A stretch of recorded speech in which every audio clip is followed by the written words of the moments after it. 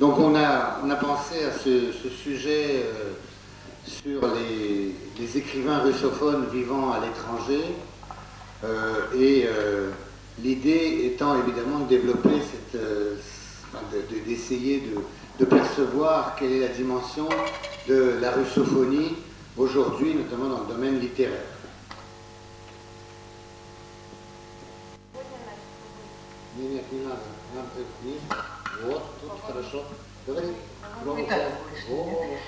Сегодня мы поговорим на этом круглом столе о том, чем являются русские писатели в мире, русские писатели в других странах, и в целом измерение руссофонии, так как оно представляется на сегодняшний день. Да, просто это не обязательно русские писатели.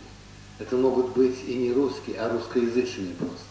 Mais il y a une petite différence, c'est que ce ne sont pas forcément des écrivains russes, ça peut être des écrivains russophones, et qui peuvent être de tout à fait d'autres nationalités.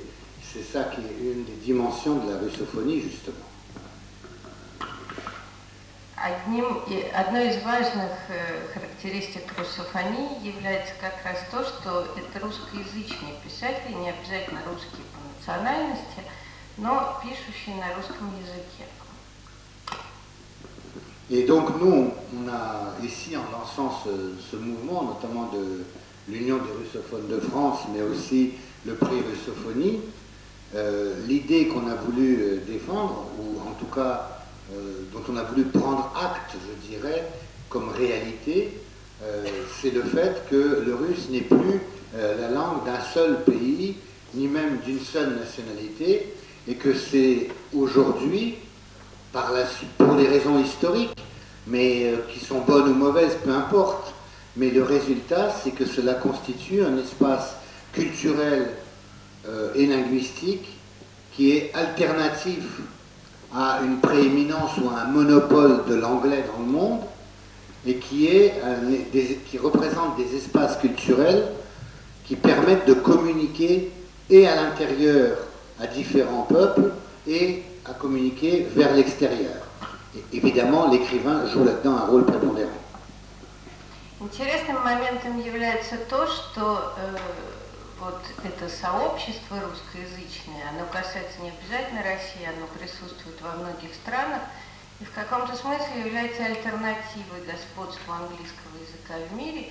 И именно в этом смысле мы рассматриваем свою деятельность и союз русскоговорящих, русофонов за границей и наша премия «Руссофония».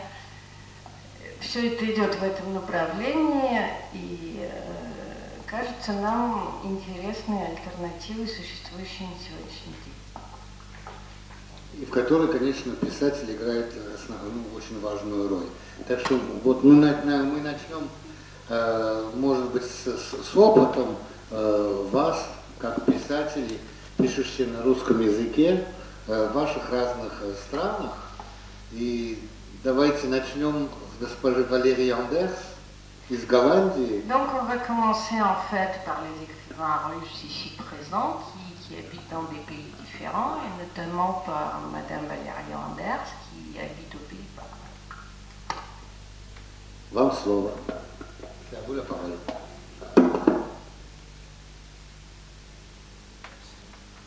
Il n'y a pas à bouger, quoi que ce soit. Parlez dans le micro, c'est tout.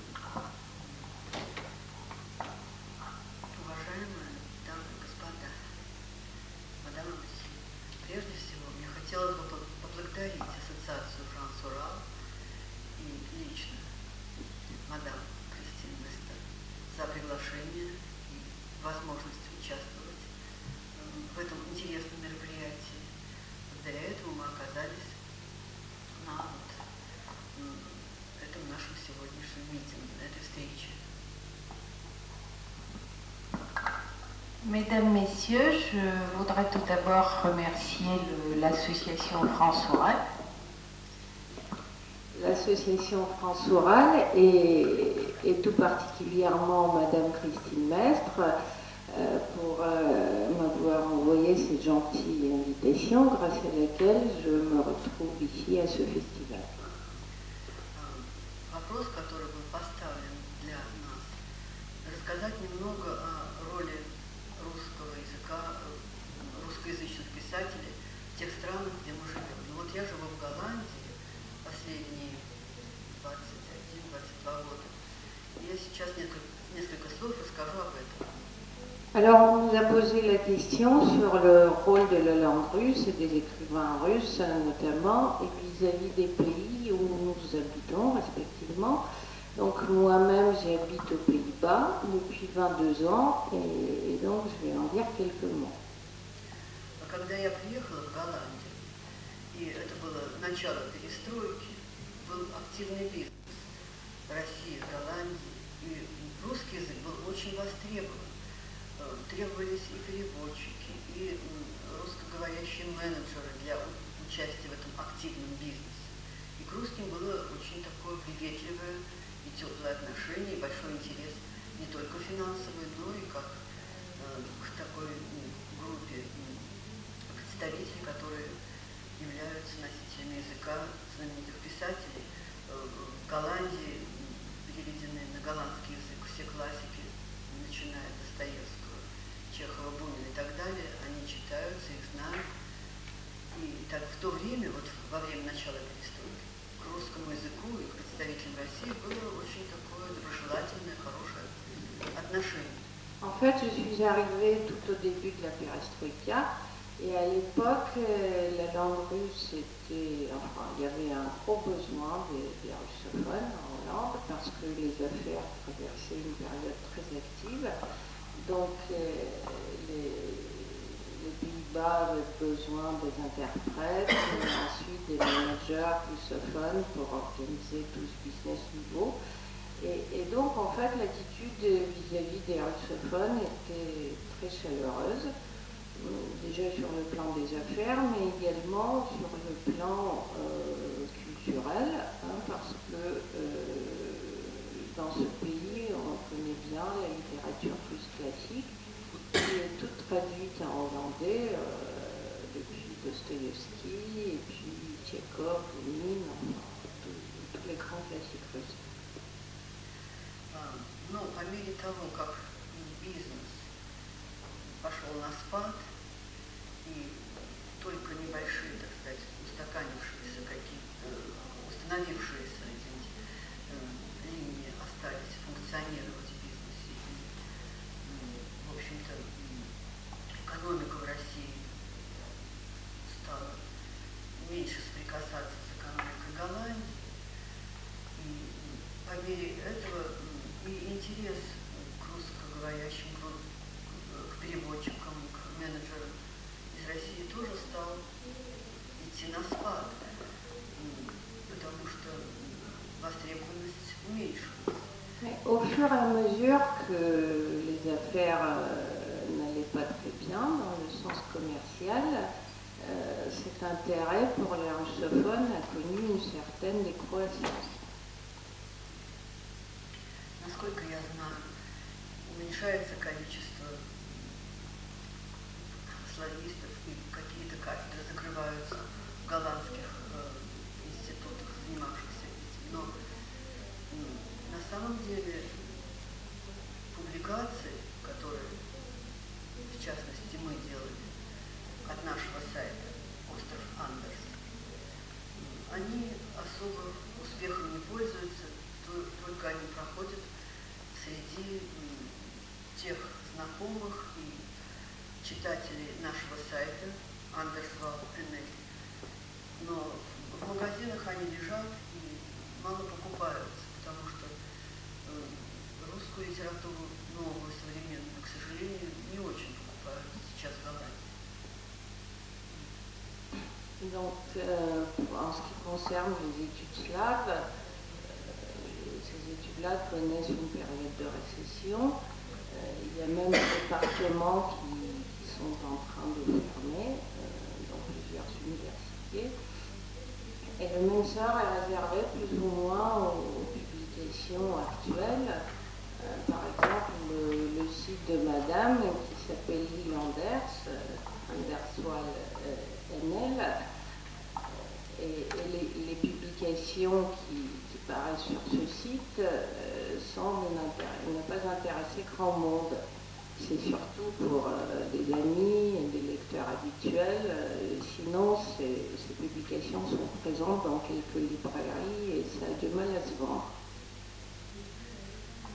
Ну, так сказать, ситуация, хотя она не очень благоприятна для нас, мы продолжаем свою активную деятельность. Мы собрали на сайте интересных писателей из разных стран. Это Германия, Бельгия, затем некоторые европейские страны, Латвия, Украина, Белоруссия, даже из Австралии есть у нас писатели. Но это международный сайт, где собрались писатели из разных стран со своими произведениями. Malgré cette situation défavorable, on a pu quand même construire un site international tout à fait intéressant où nous avons réuni des écrivains russophones modernes de plusieurs pays. Il y a des gens qui habitent en Allemagne, en Lettonie, en Ukraine, en Belgique et même en Australie. И мы организовали, будучи приглашенными на ваше мероприятие, мы организовали группу, которая смогла приехать сюда и спонсировали эту группу для того, чтобы они могли участвовать в обсуждениях и обмене. Ayant reçu votre invitation, nous avons mis en place un groupe et nous avons pu sponsoriser leur arrivée ici pour pouvoir participer au débat. Ну и в заключение небольшое мое стихотворение, это вариант гимна. Вы знаете, что на гимн Советского Союза, Союз нерушимой республик свободных, писали многие авторы. Ну вот еще один такой sarcastique variant. Pour conclure, Madame va lire un de ses poèmes en russe qui reproduit en fait notre hymne national.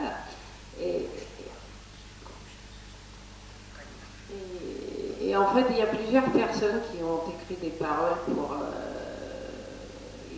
ces paroles-là, et elles ont été remaniées à plusieurs reprises en fonction du régime au pouvoir. Et donc voilà, Madame propose sa version. Я прочитаю три куплета для того, чтобы представлять, так сказать, сатирический фон. Союз несуразный республик голодных распался в Миш, Ельцин не спал.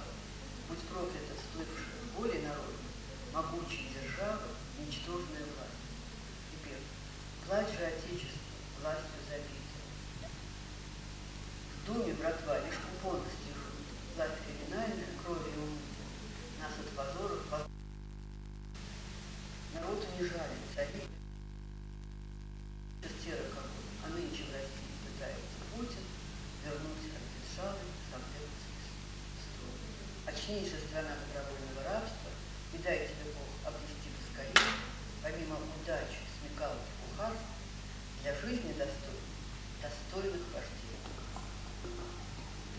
En fait, ça constitue une version très satirique, très virulente, disons, par rapport aux paroles existantes qui critiquent Poutine et son gouvernement et les méthodes qu'il emploie d'une façon tout à fait violente, je dirais.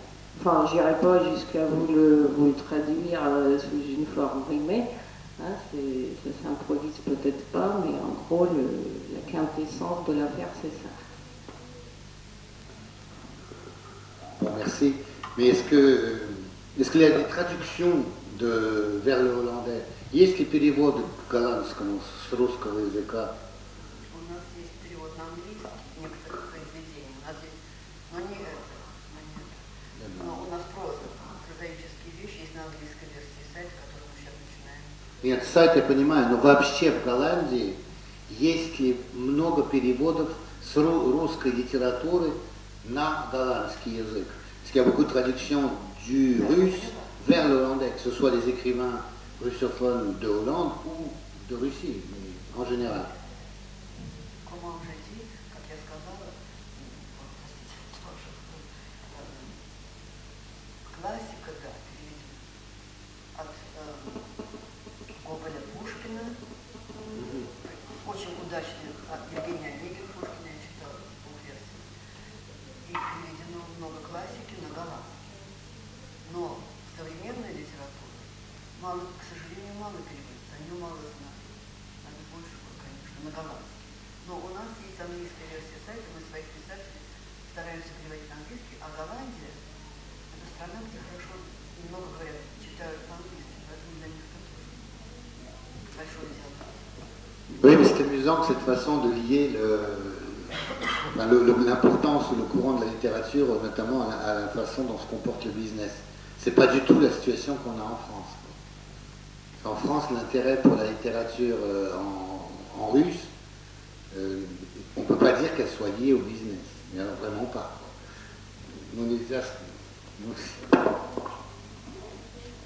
У нас во Франции совершенно иная ситуация, потому что никак невозможно сказать, что развитие бизнеса как-то опосредовано с развитием интереса к русскоязычной литературе.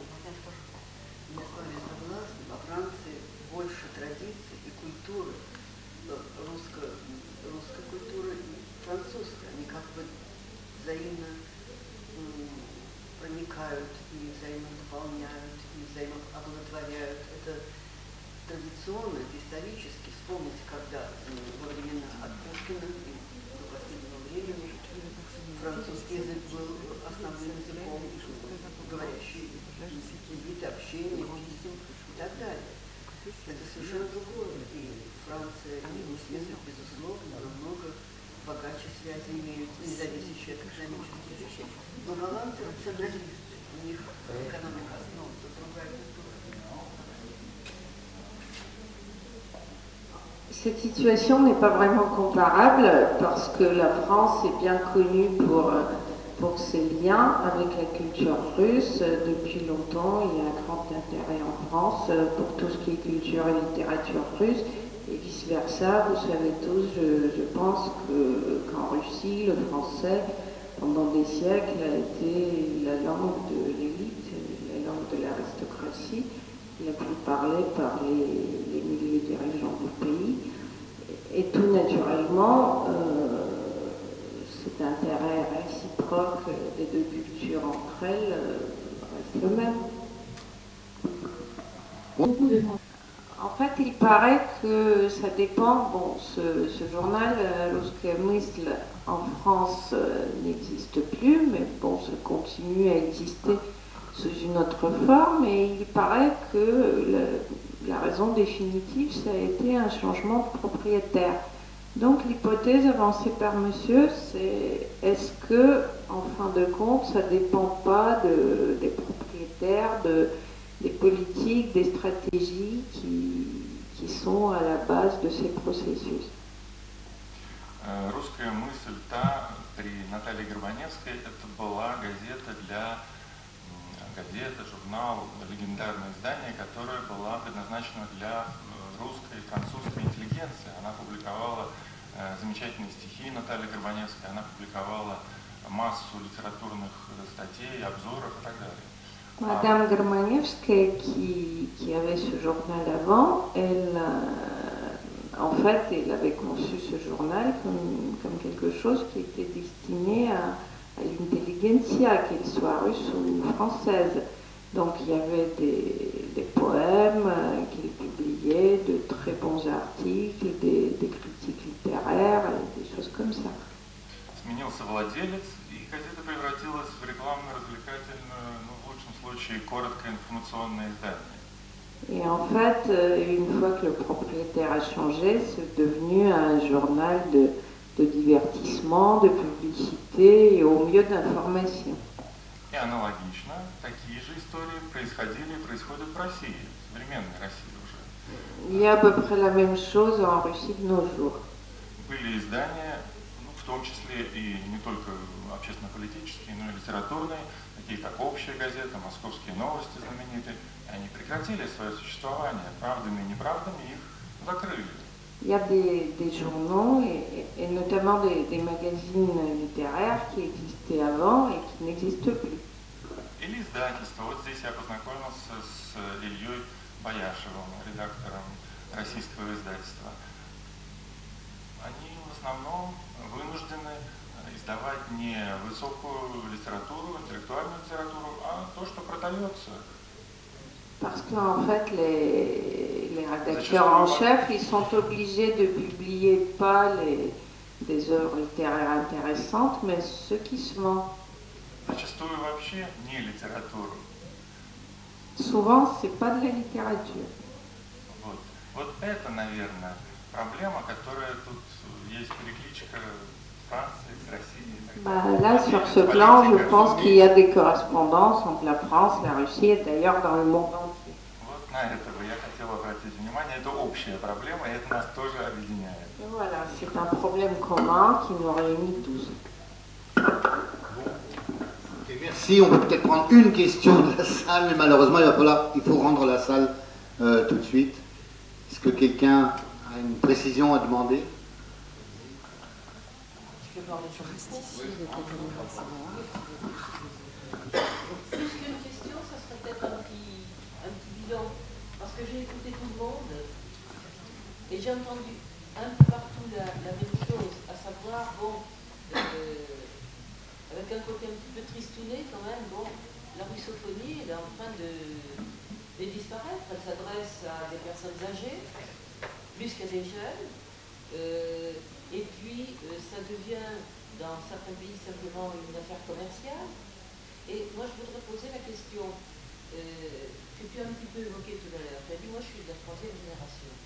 Et je vais te poser tout simplement la question, tu te sens plus français que russe ou plus russe que français?